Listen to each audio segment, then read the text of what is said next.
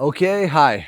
Welcome to another Q&A, and first of all, really sorry that this video didn't come out last Monday because I was traveling and I'm still recovering from a flu and fever. However, I'm really thankful that you guys take part in this Q&A series and I get to learn a lot. I get to add a little bit of value in your lives. So, thank you so much for this. For new viewers, this is a series where I put up a post on YouTube every Monday, encouraging you guys to ask me any questions about motorcycles. If the question is interesting enough, I'll select the best ones, 10, 15 ones, and I will make a video of it and release it on Friday. Let's begin.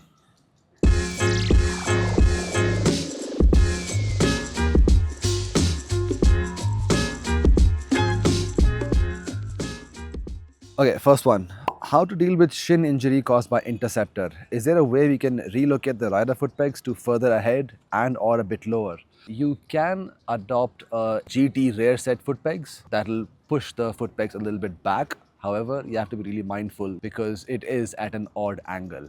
People who are a little longer, like yours truly, I just got used to this problem. It never scraped my shins ever, but I just learned my way to work around it. That's about it. How long does it usually take to get used to riding a heavy motorcycle, especially talking about the Himalayan 450? What are some ways to make the learning curve a little bit easy?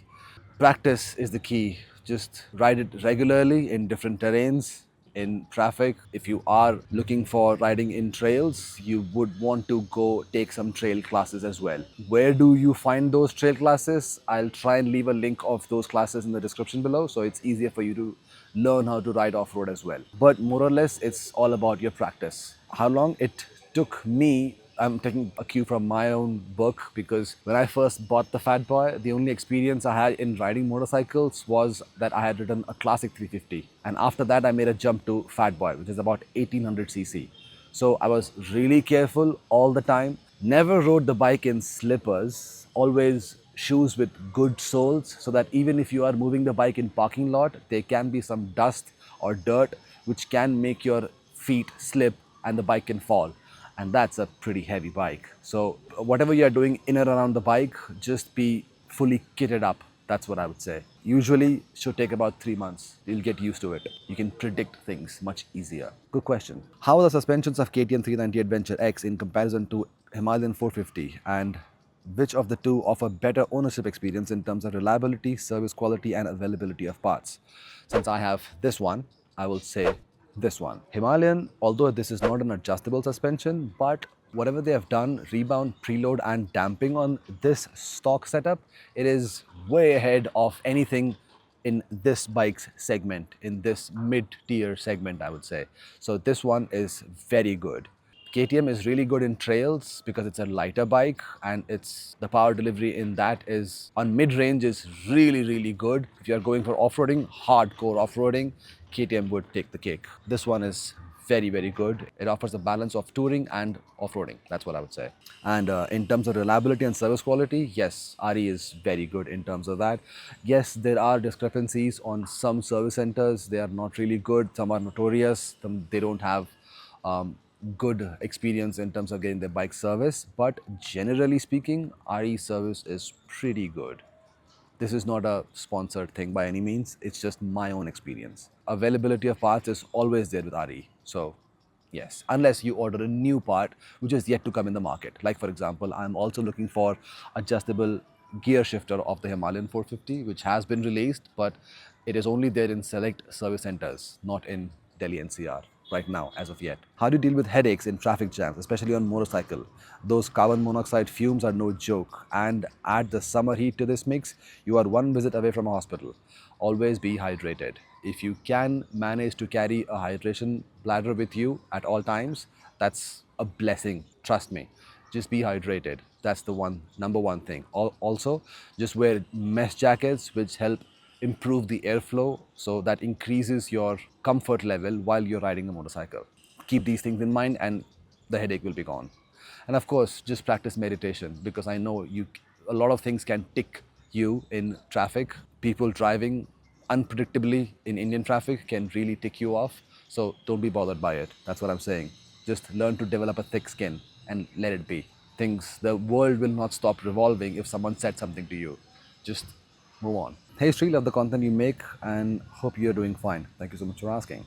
Question: what improvements you think can be done in the Interceptor GT650 from factory as default in the upcoming update for the respective bikes to make them better based on your experience with Interceptor? Have a great day. You have been a great resource of knowledge regarding automotive industry, especially bikes. Thank you so much. The one thing that I can suggest you guys is to invest in a good seat. That's the only thing that you need to worry about on a stock GT or an Interceptor 650. Rest everything on the bike is manageable, but the stock seat is not great at all. So either get a touring seat or a bench seat or a trip machine seat or whatever seat that you like, that you want to get, just get it. You can't go wrong with that. I hope this helps. Not a question, just hoping you highlight the importance of boots, sturdy, good riding boots. Was riding my Meteor from Bangalore to Rameshwaram, did a stupid thing and crashed. Had a jacket, full gauntlet gloves and helmet with jeans and woodland sneakers. My logic was that my bike has crash guard, so my legs protection could wait. Big mistake. There was a rock where I fell, and due to the height difference between the ground and the rock, the crash bars did nothing for my legs. Fractured multiple bones in my foot, and I can't ride for at least 3 4 months. Gear saved me from a broken pinky finger. Potential elbow and shoulder injury and pair of good riding boots would have saved the foot too. Maybe I've gotten away with a minor twist, injury or sprain, hoping to use your audience and induce to maybe tell at least a few people how all this could be avoided by riding sensibly and not being stupid about gear. Sorry for the long story, that isn't even a question. Ride safe. No, this is a very, very important point. I cannot emphasize more on. You need to invest in riding gears, proper riding gears. Buying a motorcycle is very, very easy. What happens is all these expenses start after you've got this home. So get good riding boots which have at least CE level of protection, which gives you protection on toes, your heel and your ankle as well. And of course, get knee guards. My ACL injury is right in front of you guys, so get knee guards. Jacket definitely, at least with elbow and shoulder protectors. Back protectors is optional. People usually have a pocket. So yes, armor saves your life. It really does. At least it would preserve it in a way that you can ride it again. If you can ride the motorcycle again. If you're thinking about getting a motorcycle, also think about investing in proper riding gear. I will make a video on riding shoes as well. I know I'm delaying things a little bit, but yes, dedicated video on riding shoes and riding gloves and helmet is in the works. Thank you for asking this question. I hope many people see this and learn the importance of riding gears. I do have a question. How and where do you dispose of the waste engine oil and filters properly? Asking this because I've seen filters just lying around the premises of even bigger service centers, and that's not environment friendly. Also, I used to drive a Bajaj V15 and I'm fed up of its throttle and engine choking every now and then. Please suggest good bikes as I want to upgrade to a new, but what category to choose as per our roads. No less than adventure riding. Potholes के बीच में ही road है, road पर potholes नहीं. I love Himalayan though. I'm 6'3", no difficulty of seat height. If you love Himalayan and you're 6'3", I will suggest this bike only. But the first part of the question is really interesting. You always dispose them off on an industrial area. The best thing is, if you are doing it yourself, have a oil tray. It catches your engine oil and everything. And once it does, just close everything off, wipe everything clean, and just give it to any industrial area, any factory in an industrial area. They'll be more than happy to use it because they would recycle those oils as lubricants for their machine and tech. That's the only thing. Thank you so much for asking a valid, very good question. Realistic approach standards to motorcycling, that is spending too less and too much on cheap and expensive gears respectively, is often ignored or rather avoided by many and followed by some. What approach is ideal in terms of motorcycling and buying gears that a human being should consider before even entering this world? What is your own approach and what do you strive for? PS, look. The KTM owner was already harmed before getting the KTM. I know this KTM owner, he's a very dear friend of mine, but a very good question. The first thing, I'll address the first part. The realistic approach to getting a motorcycle, spending too less or too much is first, it starts with your own research. You first narrow it down on what kind of motorcycle you are going to get and what purpose it serves you. You take multiple test rides of multiple bikes that fit the ideal description. And then you do permutation and combination of what works in this bike, what works in that bike. And then you zone in on that based on a lot of reviews, which is where content creators come in the picture. They help you decide what you want to get. So that with that said in mind, do a lot of research, read about the motorcycles, pros and cons, research and deep dive into what kind of engineering has gone on behind this and how it can help you in doing whatever it is that you want to do when you want to get a motorcycle. The next one is spending too much on cheap and expensive gears respectively. Um, getting good gears is a rabbit hole for anyone, for for damn sure. Because before the ACL injury, I did know nothing about knee brace, which is another gear which entirely prevents your knee from twisting. But it starts from at least 47,000 rupees for one leg. So the more research you do, the more reviews you read, the more confident you get in order to what you want to buy. And what looks good on you, that comes later, but really what helps you in the kind of riding that you want to do. If you are doing touring, then definitely RE jacket or a Rhinox jacket or a Soleil jacket would work wonders for you. It'll fit the budget as well. Then there is RE also, then there is Moto Garuda, then there is again Rhinox, Soleil again. So, and same goes with shoes. The shoe world is endless. There's Alpine Stars, there's City boots, there's Liet boots, there's Strip Machine, what I'm wearing right now, and all of these provide you adequate protection. However, you need to be comfortable in what amount are you comfortable in spending on the gears. So, the number one thing and the only thing that I would suggest is read a lot about the gears which you want to buy and watch a lot of videos. I hope this helps. You also said that what approach is ideal in terms of motorcycling that a human being should consider before even entering this world. So I'll give you a small piece of my mind, what I thought before getting this motorcycle. Before this, I already have an Interceptor 650, and this was going to be a really hot topic in the market because Himalayan was the OG motorcycle that Royal Enfield had produced back in the day, and the 450 was going to be a liquid cooled engine and a really significant improvement upon that motorcycle. So everybody was going to talk about that.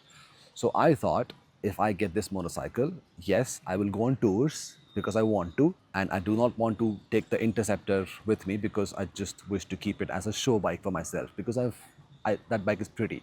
It's a different topic. And then I can make content on it because it's going to be a very popular bike. So it increases my chances of making content for people. So it's serving both the purposes. So I read about it, I researched a lot about it, and then finally, when the day came, I booked it and I bought it. That's what went through my mind. If this helps, research and read about what you want to buy in terms of gears or the bike, and then test rides, multiple test rides, and narrow in on what you want. That's basically what it is. I hope this helps. Hope you and your family is doing all right. I got 3 questions this time. Does doing mods to your bike void the warranty? Yes, if you are splicing the wires or cutting the frame or welding anything, that yes, it does.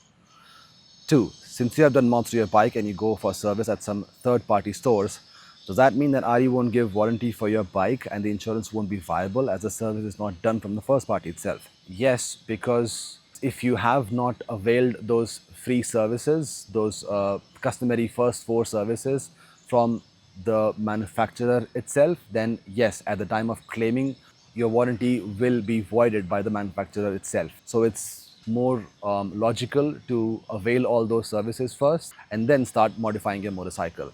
Keep a track on the timing of when you want to get the bikes serviced. What happens is sometimes your third service is due and for some reason you're not able to go to the service center within a certain time period. If you miss that window, then you're not going to get that service, come what may. And then yes, they can deny your claim as well. Be very mindful of that.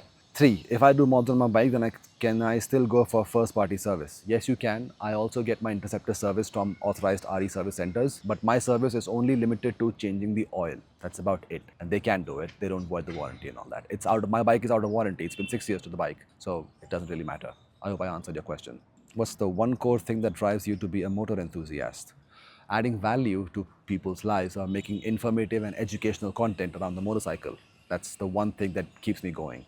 Thank you for asking this question.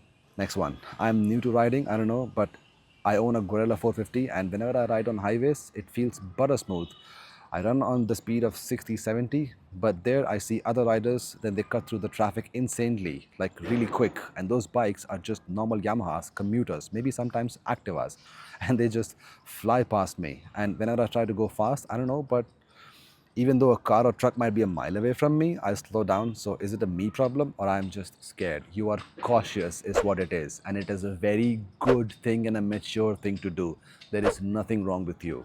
My motto has always been, if someone is like going ahead of you, let them. I'm not in a hurry and I do not need to lose my cool because of someone else's actions. I am responsible for my own happiness. So just let them move on. The world doesn't stop moving if they say something to you. Just that's about it. There's nothing wrong with you. Okay, with that we conclude last week's Q&A series. My apologies again for not being able to answer these questions earlier on. I was dealing with sudden travel and as a result now health issues as well, like fever, running nose, sore throat, whatever it is. I'm focusing on getting better, but again I just wanted to thank you guys for actively taking part in this AMA series. Thank you so much. I will again put up a post on Monday on YouTube post sections where you can ask me any question motorcycle related. And for all those who think that your question was left out, don't worry, I will reply personally to all of those comments, answering all of your questions. I hope this helps. Thank you so much for asking and giving me your time and allowing me to add value to your lives. This is Sri. I'll see you in the next one.